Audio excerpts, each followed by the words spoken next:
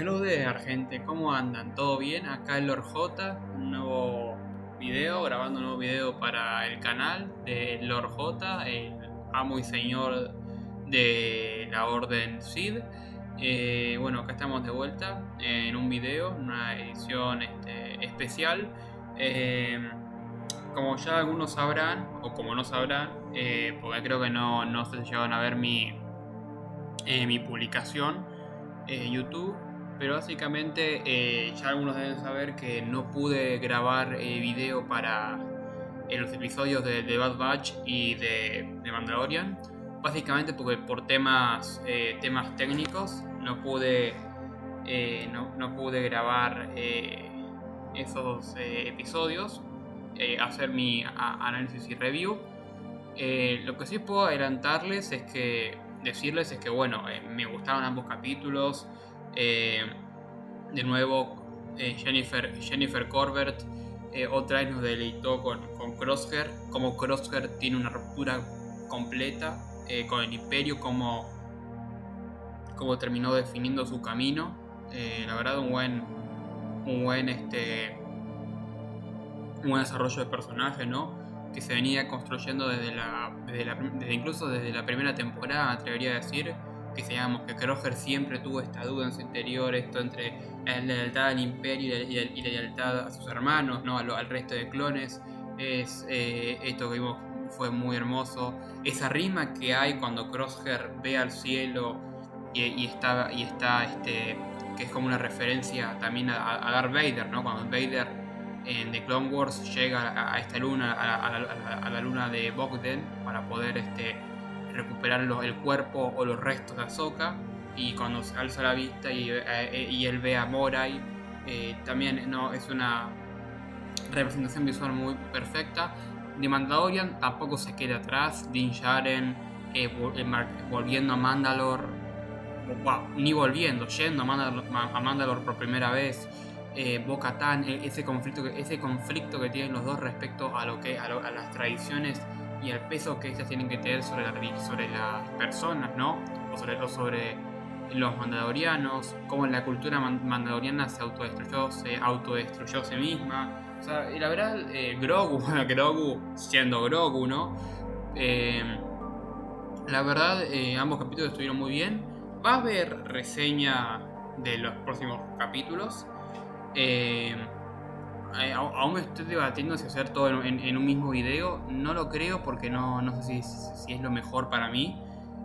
Lo más probable es que yo primero haga video del Bad Batch y después haga video de Mandalorian por separado.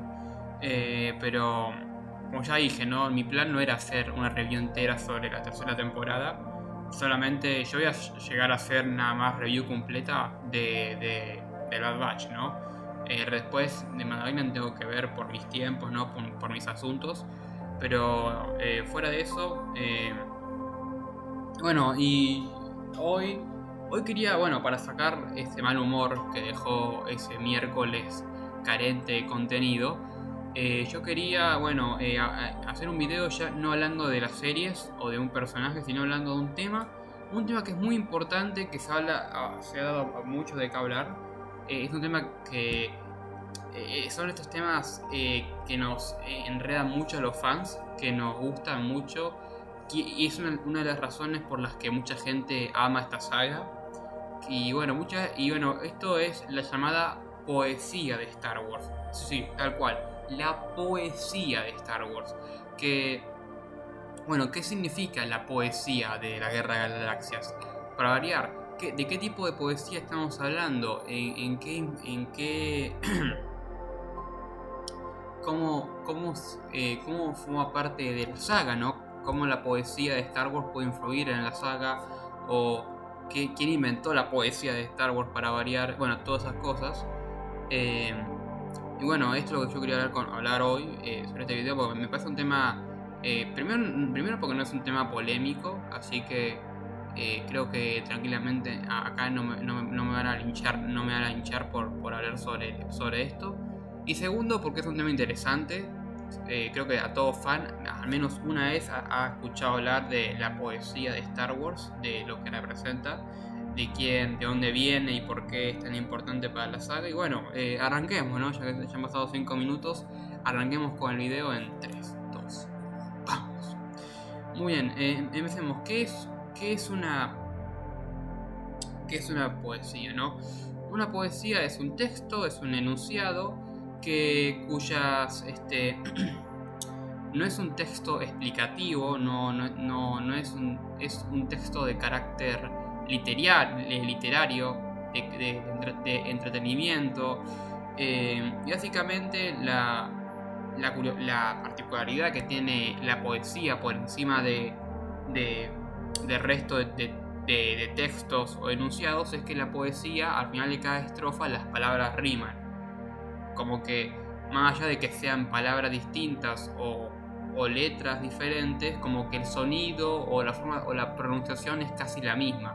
Por eso es la magia de la poesía, porque a pesar de que vos decís, no sé, en dos estrofas, no sé, hablas no sé, de Argentina, y en la segunda estrofa hablas no sé, de Francia, vos con la poesía vos podés lograr que ambas cosas suenen igual, ¿no? Como que todo tiene, como que hay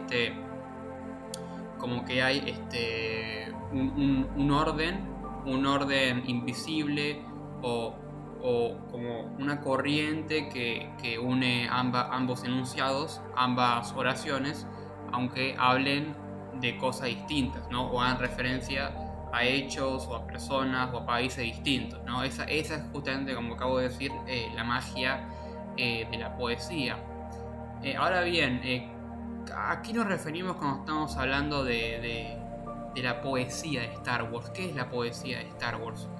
Muy bien, para hablar bien de la poesía de Star Wars hay que remontarnos a la época de las precuelas. George Lucas, si no me recuerdo, creo que ya había terminado de grabar episodio 1. Sí, o creo que estaba ya grabando, no sé muy bien, pero él estaba con la producción de las precuelas.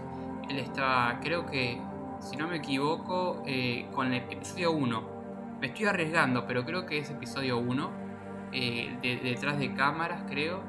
Es muy difícil de decir, pero más o menos por finales de los 90 y principios del 2000, a George Lucas no lo están entrevistando, lo están grabando mientras él está dirigiendo un grupo de escritores, artistas, todo.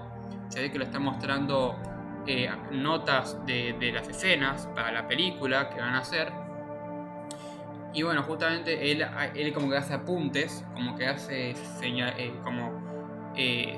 como que señaliza ciertas cosas que él quiere cambiar. Y bueno, después la cámara se nota que están grabando que es el detrás de escenas, ¿no? De la película. Y bueno, justamente George Lucas dice, bueno, pues haciendo referencias a por qué cambió ciertas cosas, o por qué algunas escenas de la película se parecen mucho a algunas escenas de la trilogía original, ¿no? Y bueno, él dice, bueno, todo es como poesía, todo rima. Cada línea, cada estrofa es como que te acerca, a ver, perdón, si no me equivoco la frase era, es como poesía, todo rima, cada línea, cada estrofa cuenta como una parte de la historia o cuenta a dónde va a ir la historia, ¿no? Ahí es cuando se genera el famoso dicho, la poesía de Star Wars. ¿Y de qué tipo de poesía? ¿Y por qué se instaura este término con las precuelas? Porque cuando uno ve la trilogía original, uno ve que no hay mucha cohesión en cuanto a escenas, si se quiere decir, entre las tres películas. Es decir, obviamente que hay un orden cronológico, obviamente Luke tiene un desarrollo de personaje, que obviamente el Imperio pasa de ser la fuerza más poderosa de la galaxia a ser un imperio en decadencia. Eso pasa, pero uno no encuentra tantas rimas entre las películas, salvo quizás algunas excepciones, por ejemplo cuando tanto en episodio 5 como en episodio 6 a Luke lo están tentando con el lado oscuro, y en ambos casos alguien pierde una mano, ¿no? Siendo en el episodio 5 Luke y en el episodio 6 Vader, ¿no? Que, o sea, como que de la misma manera que Vader le quitó el brazo a Luke, ahora Luke le está quitando el brazo a Vader. Eso es podríamos llamarlo como poesía, como una rima. pero en realidad el término nace con la llegada de las precuelas. ¿Por qué? Porque cuando uno analiza las precuelas, sobre todo de un punto de vista visual, ¿no? No tanto la historia, pero sí lo que cuentan las escenas, uno ve que hay muchos parecidos con la trilogía original, o como bien dice George Lucas, rimas, ¿no? Como que hay referencias a la trilogía original, más allá más allá de, por ejemplo, de, oh, mira este droide, o mira este personaje apareció. No. La poesía de Star Wars no son solo referencias, sino que como una forma de contar la historia, ¿no? Como que, justamente, como que incluso la fuerza, ¿no? Este campo místico de energía está contando la historia, o está guiando la historia de la galaxia para que esto confluya de esta manera en la trilogía original, ¿no? Por ejemplo, cuando en episodio 2, ¿no? Cuando Dooku le corta la mano a Anakin, es la misma manera en la que Vader le corta la mano a Luke, ¿no? Como que dando a entender que como que a partir de la segunda película es cuando el personaje comienza su ascenso o su descenso, ¿no? Dependiendo de la trilogía, ¿no? O también cuando perdón, ¿no? O también cuando, por ejemplo, Anakin en su primera en episodio 1 destruye la nave de la Federación de Comercio, de la misma manera que en la cuarta película Luke destruyó la primera estrella de la muerte, ¿no? Son rimas, en este caso superficiales, un poco superficiales, pero por ejemplo, o sea, hay muchas rimas, sobre todo, como dije, las rimas son sobre todo visuales, ¿no? Como que como dice George Lucas, como que cada escena o cada fotografía no, pero como que cada escena o cada diálogo o cada momento de la película es como una rima hacia donde va a ir la historia, ¿no? Por ejemplo, justamente cuando en el episodio 1 están festejando la victoria contra la Federación de Comercio, y uno ve que como está montada la escena, como la cámara enfoca, los cambios de perspectiva, cuando uno ve después la trilogía original se da cuenta que son lo mismo, ¿no? Y dando a entender que efectivamente el grupo duro de esta trilogía van a ser Padme, Obi-Wan y por supuesto el joven Anakin Skywalker, ¿no? Sobre todo son estas escenas, y también esto se refuerza mucho más cuando uno ve episodio 3, ¿no? Episodio 3 para mí es la película que más rimas visuales tiene, quiere decir, sobre todo por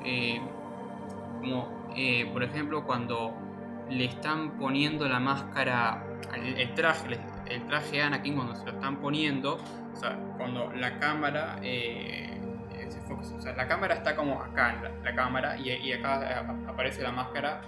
Es casi la misma escena de como Luke le desarma el traje a Vader, ¿no? De hecho, cuando uno ve la trilogía original, uno ve que la cámara, si bien no está desde el punto de vista de Vader, sí está como al costado, como que la cámara está acá. O sea, está como Vader está postrado para atrás, la cámara está acá. Está acá la cámara, como que todo es desde la perspectiva de Vader, ¿no? Cuando se pone el casco, Anakin muere. Cuando se saca el casco, Anakin resurge, revive. Son ese tipo de escenas, ¿no? También como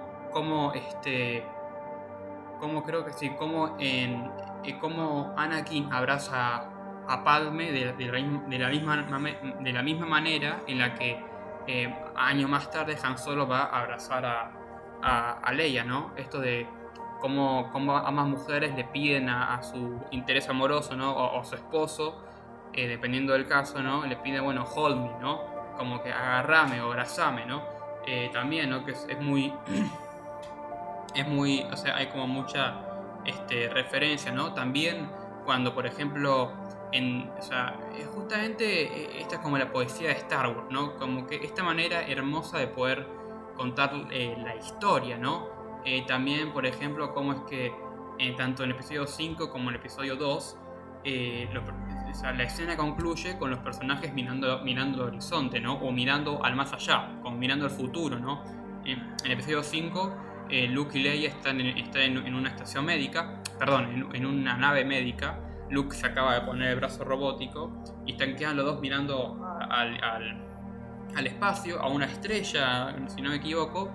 Bueno, y ahí pasa el halcón milenario, ¿no? Con Lando y Chewbacca, y bueno, los dos como que miran como al futuro, ¿no? Como que miran a la esperanza, ¿no? De poder encontrar a Han, de poder continuar con la rebelión. Y lo mismo pasa cuando uno ve, por ejemplo, cuando uno ve la escena de matrimonio entre Padme y Anakin, ¿no? Ambos se toman de los brazos, se besan y quedan mirando hacia el más allá, ¿no? Hacia el horizonte en este caso.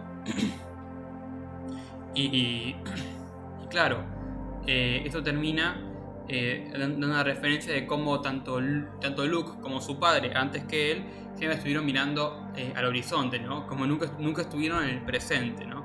Y también creo que algo muy importante es sobre todo esas rimas visuales que son lo contrario a las escenas originales. ¿Qué quiero decir? Por ejemplo, cuando...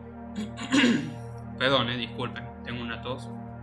Pero básicamente, por ejemplo, hay dos escenas, una en el ataque de los clones y la otra en Revenge of the Sith, en la que Anakin está como mirando el sol, ¿no? Está mirando los soles gemelos, que obviamente los soles gemelos representan el lado luminoso, ¿no? La luz. Y en ambos casos, el personaje, tanto en la segunda como tercera película, le termina por dar la espalda a los soles gemelos. Le termina por dar la espalda a la luz, ¿no? Simbólicamente. Y tanto para... O sea, y en ambas escenas, el personaje se aferra a Padme, ¿no? Anakin en el episodio 2, cuando se entera de que su madre fue raptada por los Tusken Raiders, todo, él primero, después de enterarse, sale de la granja, mira el horizonte, aparece Padme detrás de él, y él se da vuelta y le da la espalda a los soles y la abraza, ¿no? Y uno ve cómo queda reflejada la sombra de Padme y de él sobre la casa de los Lars, ¿no? Y después tenemos la otra escena, que es la escena en la que Anakin está encerrado en el templo Jedi, en la cámara del consejo, ¿no? Es un atardecer, hay una música música así como que muy de tensión, y claro, es un atardecer, como que el sol se está poniendo en Coruscant. Anakin está como pensando qué hacer, porque le acaba de decir a Mace Windu que Palpatine es un Lord Sith. Palpatine le dijo a Anakin que tiene la clave para salvar a Padme. O sea, hay muchos conflictos dentro de Anakin, entre la luz y la oscuridad. Y vemos cómo se pone de pie. Y hay como dos ventanas en el Consejo Jedi. Una da al sol, da al lado luminoso, si se quiere decir. Y la otra ventana da hacia la parte oscura, ¿no? Hacia donde vive Padme, hacia donde vive el amor de su vida. Y claro, ahí es cuando Anakin, después de una escena muy emotiva, muy bien actuada, en mi opinión, Anakin decide marcharse y le da una vez más la espalda al lado luminoso de la fuerza, ¿no? Le da la espalda al sol. Y claro, ¿por qué digo que a qué escena están referenciando acá? Están haciendo referencia a la escena en la que Luke sale de la granja de los Lars y mira los soles gemelos que se están alzando sobre el cielo, ¿no? Que justamente es una idea de cómo Luke siempre miró hacia adelante, siempre miró hacia la luz, simbólicamente, y nunca se dejó tentar o nunca dejó que esa tentación del lado oscuro, eso de mirar hacia atrás, hacia darse por vencido, nunca dejó que esa sensación lo perturbara. Y claro, es una escena que contrasta mucho o sea, como que es un fuerte choque respecto a lo que le pasó a su padre, pues justamente su padre por no mirar al más allá, o por no mirar hacia el horizonte como hizo su hijo, como haría su hijo, terminó enfocándose solamente en Padme, y eso lo llevó a su perdición, ¿no? Como todos sabemos, Mustafar, el traje, 23 años de esclavitud dentro de ese traje cyborg. O sea, es como... es muy simbólico la poesía de Star Wars. Y bueno, justamente la poesía de Star Wars pudo haberse quedado tranquilamente en eso, ¿no? ¿Cómo decirlo? En las películas, ¿no? Siendo solamente parte de las dos trilogías y punto, porque la poesía de Star Wars no es algo que vos puedas replicar, por ejemplo, en un libro. Uno puede hacer referencia a acontecimientos de las películas en los libros y novelas, eso sin duda, pero no puedes replicar lo que hace George Lucas con la cámara, ¿no? ¿Por qué? Porque George Lucas es un director muy visual, o era, ¿no? Porque ahora no está dirigiendo, pero en su momento fue un director muy, muy, muy visual. ¿En qué sentido? Que lo más importante de la película no está en los diálogos, o no está en lo que en el contexto, o no está en lo que está pasando en la película, sino en lo que uno puede ver con la cámara, ¿no? Por ejemplo, cuando en una película de narcos, ¿no? Cuando matan a un político corrupto y uno ve que y cae justo en el estrado y uno ve que la sangre chorrea y mancha el escudo de la Nación de México, de la República de México, es una simbología de que claramente ese sueño democrático de bienestar para todos se corrompió, como que ahora ese símbolo nacional está manchado de sangre, literal y simbólicamente hablando, ¿no? Y eso da a entender que la historia, y ya con ver eso vos te das cuenta de qué trata la historia. Acá pasa lo mismo. Cuando uno ve cómo Padme está muriendo y cómo Vader está naciendo, es claramente una simbología de cómo mientras Padme se debilita, Vader se fortalece, ¿no? O cómo la muerte de Padme termina por cimentar el camino de Darth Vader, ¿no? Es como es que es muy metafórico, o sea, es como un fuerte contraste, con otra forma de contar la historia. Porque la historia casi siempre depende de diálogos. Obviamente en Star Wars hay diálogos porque si no sería imposible hacer franquicia. Pero cuando uno ve las películas de George Lucas uno se da cuenta que es todo más visual. Que no tenés que siempre escuchar lo que dice Obi-Wan o lo que dice Padme o lo que dice Palpatine. Tenés que leer la escena, ¿no? Tenés que interpretar la escena. Obviamente yo no soy ningún experto en cine, ni creo que haya alguien acá de otro lado que sea experto en eso, pero claramente George Lucas da ese tipo de cine, aunque vos y yo no estemos acostumbrados, ¿no? Y bueno, ya retomando, la poesía de Star Wars pudo haberse quedado tranquilamente en las películas, ¿no? Hasta que un viejo conocido llamado Dave Filoni decidió rescatar este concepto en sus series, tanto de Clone Wars como Rebels. ¿Por qué digo esto? Porque cuando uno ve la serie Clone Wars y la serie Rebels, uno ve que hay muchas, no solo referencias a las películas, obviamente, o a otras series entre sí, sino que también hay como el montaje de la escena, el ambiente del contexto, todo está hecho para que parezca una rima de otra escena, no solo de las propias películas, sino también, ¿cómo decirlo? También desde de otra serie, ¿no? Por ejemplo, cuando en la película de Clone Wars, ¿no? De 2008, Anakin y Ahsoka están en el espacio salvaje, ¿no? Escalando con sus tropas, Ahsoka dice, bueno, acá es donde comienza la diversión, ¿no? Y todos los que son fans veteranos sabrán que esa frase originalmente la dijo Anakin en el episodio 5, ¿no? This is where the fun begins, ¿no? Bueno, ahora sabemos que esa frase Anakin la tomó de su propia Padawan, ¿no? De Ahsoka, ¿no? Y claro, también vemos esto en cómo también cuando en las series se replica, ¿no? Esto de algunas escenas en la película, de las películas, ¿no? Por ejemplo, en la sexta temporada, si no me equivoco, cuando Yoda está teniendo una visión de la fuerza, él como que tiene como que él experimenta su propia versión de Revenge of the Sith. Llegan a un hangar. Obviamente todo esto es una alucinación, ¿no? Es un sueño. Pero bueno, él llega al hangar acompañado de Anakin. Anakin se enfrenta al Conde Dooku. Y bueno, cuando Darth Sidious está huyendo de la escena y Yoda va tras él ve que Anakin logra derrotar a Dooku y lo tiene amenazado con las dos espadas, ¿no? Como en el episodio 3, y claro, ahí es cuando Yoda le pide, Skywalker, no lo hagas, y ahí vemos que Anakin igual lo remata a Dooku, como en la película, ¿no? O sea, como que da a entender con estas escenas, ¿no? Que obviamente por cuestiones cronológicas transcurren antes que la propia película, te dan a entender que el destino de Anakin ya estaba sellado, ¿no? Como que él siempre estuvo destinado a ir a ese hangar, a ese hangar separatista que siempre estuvo destinado, ¿no?, a derrotar a Dooku y a matarlo, ¿no? Como que ya era algo inevitable, no se podía evitar. Y también hay escenas de The Clone Wars que complementan a las películas.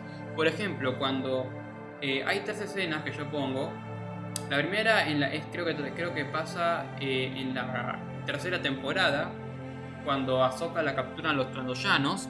No voy a explicar un poco, no voy a explicar tanto, pero para resumirlo, básicamente Ahsoka, después de pasar días, semanas, meses, no sé, de luchar contra los Trandoyanos, ella logra, junto con un grupo de Padawans, enfrentarse, ¿no?, a los Trandoyanos y bueno, apoyada por los Wookiees, por soldados Wookiees, ella logra finalmente escapar de ese planeta y derrotar a los Trandoyanos, ¿no? Ella vuelve al templo, todo su maestro está ahí, ¿no? Anakin. Bueno, es como que la escena viene como que Ahsoka viene de acá, o sea, perdón, como que Anakin viene de acá, Ahsoka está por otro lado, ambos llegan y es cuando Anakin como que la revisa, ¿estás bien? ¿Está bien? Y bueno, ahí le pone el hombro, claro, y así. Y claro, esa escena me recuerda mucho a otra que transcurre en la 5ª temporada, que es cuando ambos se dan la espalda, ¿no? Cuando Ahsoka ha decidido dejar la Orden Jedi y uno ve que ambos, primero que es una puesta de sol, o sea que el sol está dando paso a la noche, ¿no? Y claro, ambos intentan convencer al otro, ¿no? Anakin intenta convencer a Ahsoka de que no deje la orden.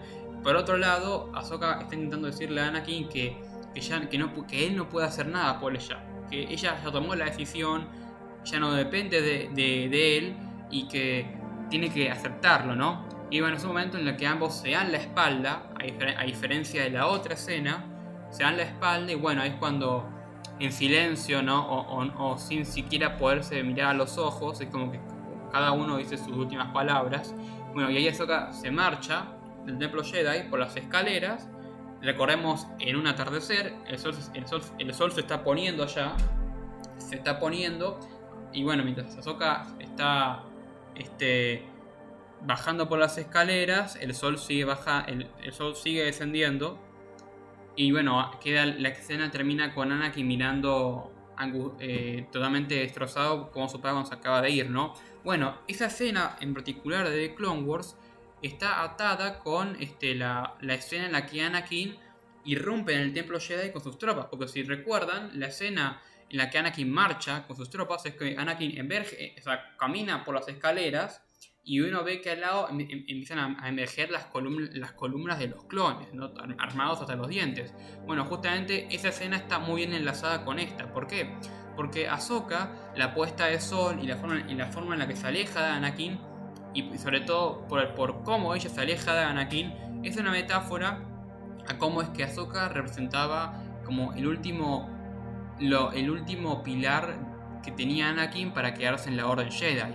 Como que después de la salida de Ahsoka ya no se podía hacer nada para que Skywalker evitara su destino en el episodio 3. Y por eso que Anakin, transformado en Darth Vader, marche sobre el templo Jedi, usando las mismas escaleras que usó Ahsoka para alejarse del templo Jedi, es como muy simbólico, ¿no? Como que te da a entender que como que era el punto cero para Anakin, como que ya no había vuelta atrás a partir de ese momento, como que del lugar, como Ahsoka se alejó de él, como Ahsoka se alejó de los Jedi, Anakin también terminaría por alejarse de los Jedi, aunque no de una manera muy civilizada. Como que justamente Ahsoka se va, para decirlo, ¿no? Ahsoka se va en un atardecer y Vader va al templo en una noche oscura, ¿no? Como que yo creo que eso es lo que define, como que el alejamiento de Ahsoka es el acercamiento de Vader al templo. Yo creo que yo lo defino de esa manera personalmente, ¿no? Y también vemos lo mismo en Rebels y en The Clone Wars, otra vez, ¿no? Cuando en la 7ª temporada Ahsoka le dice a Anakin good luck, buena suerte, uno ve que por las tomas, por las perspectivas de la cámara, uno se da cuenta que se está haciendo referencia a esa escena en Rebels cuando Ahsoka confronta a Vader, lo cual es muy potente porque te da a entender, pero claro, porque esa fue la última vez en la que se vieron, lo cual es muy como que une mucho ambas escenas, ¿no? O sea, es decir, la poesía de Star Wars ya no solo está enlazada a las películas, también está enlazada con las propias series, ¿no? Lo cual es muy importante. Y que sobre todo esta escena de Rebels, como ya le decía, ¿no? Esto de la cámara está como sobre el hombro de Vader.